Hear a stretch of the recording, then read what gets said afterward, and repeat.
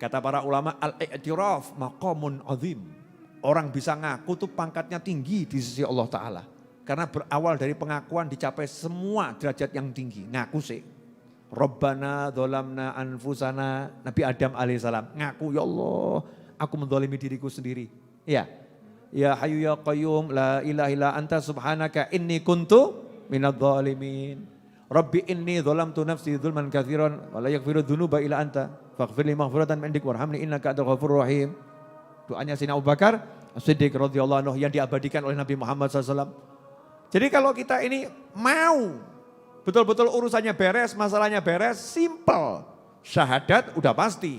Setelah itu apa? Sholatnya ditegakkan. Ada yang nanya sama saya, Beb, tapi saya itu belajar sholat susah.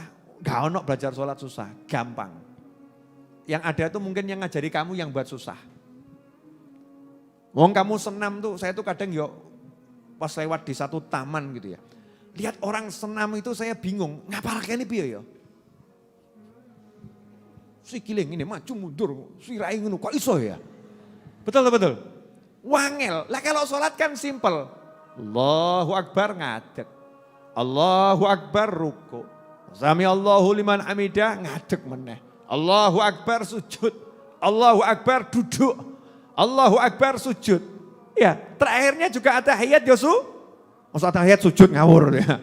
Atahiyat tinggal duduk kemudian salam. Bacaannya susah, Beb. Zaman no enggak ada yang susah. Print repot, Beb. Handphone, sholat nggo handphone sih. Sholat pakai handphone dulu, susah pakai headset. Taruh, tirukan ini dulu, belajar kok. Namanya juga belajar. Lah Beb, tapi kan gerakannya gak hafal, mangkat masjid. Ojo khawatir, sing sebelahmu juga gak paham, gitu loh.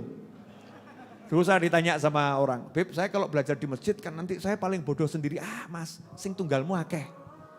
Jangan khawatir, anggap saja sak masjid bodoh kabeh. Cara belajar kan begitu ya. Kalau kita katakan yang di masjid itu pintar semua, kamu yang bodoh mesti minder kan gitu kan. Itu Habibnya ini, saya ini imamnya bodoh. Ya, Ustadz Is makmumnya ya bodoh. Lah kamu belum pinter. Dah bodoh, nanti lirik-lirikan. Allahu Akbar, noleh sik nengen. Oh ya Allah Akbar, niru. Ya, telat no titik.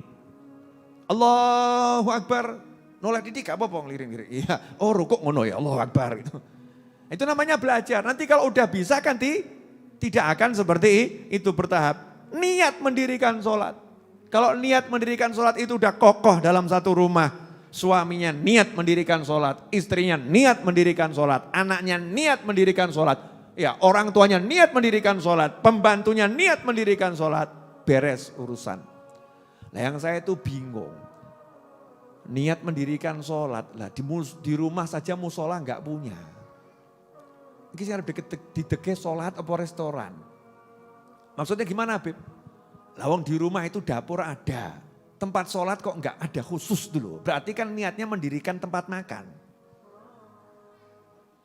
Halo, orangnya hadir. Maaf ya Bu. Itu yang namanya pakaian jenisnya macam-macam ada. Sejadah ya siji kuwi.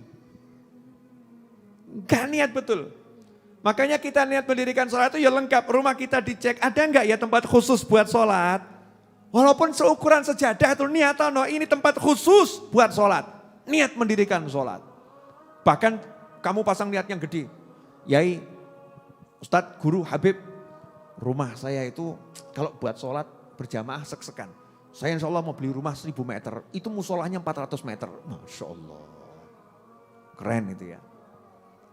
Mantap ya. Yang seperti itu kan luar biasa. Ini enggak, saya mau beli tanah 1000 meter. Nanti kolam renamnya itu sekian meter. Lapangan ini sekian meter. Parkir sekian meter. Musola sak kotak. Musolanya sak kotak. Naudzubillah min dzalik. Jangan sampai seperti itu. Kita jadi orang yang mendirikan sholat. Kalau kita niat betul mendirikan sholat, nanti akan diberi Allah Ta'ala kemudahan dalam segala hal. Ini jenengan mandang saya ini karena praktek ilmu yang pertama tadi tentang kalau belajar mandang gurunya atau rodok tersindir. Yang mana ini? Dua-duanya ya. Ya. Kita harus mendirikan sholat. Makanya Bangunan terbesar di Majelis Ar-Raudhah ini bangunannya asrama atau musola? Musola. Asramanya kan dipecah-pecah jadi berapa ya? Tapi bangunan yang jadi satu utuh paling gede yaitu musola. 3 lantai gede dewi itu. Ya, 3 lantai besar sendiri. Kenapa? Karena ya ini niat mendirikan sholat, niat ngajak orang sholat. Ikhwani rahimakumullah. Saya mau kasih satu cerita boleh enggak? Warga Solo zaman dulu yang pernah saya dengar ceritanya itu ada tukang cat. Tukang cat. Nah dulu tuh ngecat tuh ada yang pakai cat, ada yang pakai gamping. Kalau pakai gamping namanya ngelabur ya. Kalau pakai cat namanya ngecat, kalau pakai gamping namanya ngelabur. Dulu istilah dulu ya. Ngelabur dulu. Nah ini dapat proyek ngelabur. Ya ngelabur. Pakai gamping karena dana terbatas. Nah itu dengar azan zuhur. Allahu Akbar, Allahu Akbar. Ini lagi ngelabur pakai kuasnya. Di atas. Ya namanya juga tempatnya tinggi. Itu kuas itu langsung dilepaskan dari tangan. Jadi misal kuasnya ini ya. Lagi nguas begini langsung diculno. Dengar azan diculno. Dengan kalimat azan. Langsung turun. Ditinggalkan semua kerjaannya. Kemudian ganti, bersih, dibersihkan semuanya, langsung siap menunggu sholat berjamaah. Siap menunggu sholat berjamaah. Ikhwani rahimakumullah, kalau kita sekarang kan gak begitu, kita loh ya, jangan lihat orang lain, aku, awake dewi. Gak begitu. Takzimnya kepada panggilan sholat tidak seperti takzimnya kepada panggilan bos. Masya Allah. Bos nyeluk, malaikat kalah. Ini kalau tidak segera dijawab, bahaya ini bos. Betul kan? Padahal kalau ada panggilan azan, kita kan minimal harus jawab azannya dulu. Betul, betul. Allahu Akbar, Allahu Akbar, Allahu Akbar, Allahu Akbar. Jawab dulu panggilan azan. Ini enggak. Nonton TV ini digedek. Azannya beribeni, gede TV ini. Masya Allah. Filmnya lagi tegang, sinetronnya lagi oke. Ya dramanya lagi cakep, percakapannya keren. Azan banter-banter ki gak krungu gede no. Anaknya ngomong, "Pak, azan Pak." Krungu. Tambah anaknya disentor, disemprot gitu ya. Anaknya disemprot. Ini semua karena kita jangan nyalahkan orang, jangan lihat orang ya. Saya ngomong begini ini ngasih percontohan untuk diri saya sendiri. Kita ini kok enggak takzim tuh sama azan. Lah yang manggil siapa? Kita dipanggil untuk menghadap siapa? Dipanggil untuk menghadap Allah Subhanahu wa Ta'ala. Yang manggil mewakili Allah. Muadzin itu wakilnya Allah.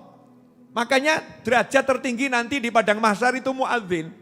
Sampai-sampai kalau di dunia fikih itu debat antara imam sama muadzin, ayel-ayelan, imam sama muadzin. Imamnya ngomong, nanti itu yang paling tinggi pangkatnya saya karena saya imam. Muadzin yang jawab, "Oh guys, kamu jadi imam kalau orang nggak tak undang ya sholat dewe." Katanya muadzin. Jadi yang di belakang kamu itu yang undang siapa? Saya yang undang. Jadi walaupun kamu yang imami, kamu itu dapatnya makmum dari saya. Jadi ganjaranmu sama makmum aku sengepek. Masya Allah, ini muadzinnya kadangnya rodok ya. Rodok sok juga ya.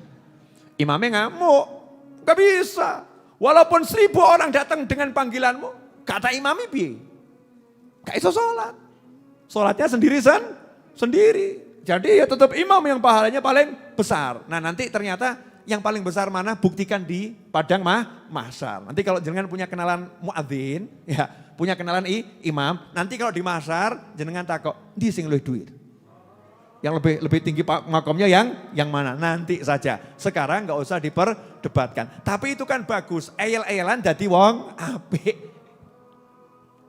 Jadi berebut untuk jadi orang yang hebat di sisi Allah Subhanahu wa Ta'ala.